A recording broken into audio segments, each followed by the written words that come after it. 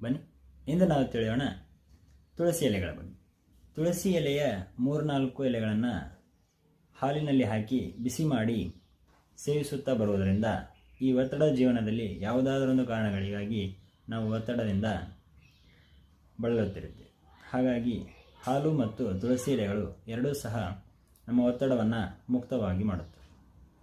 ಮತ್ತು 20 ಗ್ರಾಂ ತುಳಸಿ ಈ ಬೀಜಗಳನ್ನು ಇದರೊಳಗಿರ್ತಕ್ಕಂಥ ಬೀಜಗಳನ್ನು ತೆಗೆದು 20 ಗ್ರಾಂ ಬೀಜಗಳು ಮತ್ತು 10 ಗ್ರಾಂ ಕಲ್ಲು ಉಪ್ಪನ್ನು ಸೇರಿಸಿ ಪ್ರತಿನಿತ್ಯ ಸೇವಿಸುತ್ತಾ ಬರುವುದರಿಂದ ಗಂಟಲಿನ ಭಾಗವನ್ನು ಊತದ ಸಮಸ್ಯೆಯಿಂದ ಸಂಪೂರ್ಣವಾಗಿ ಗುಣಮುಖವಾಗಬಹುದು.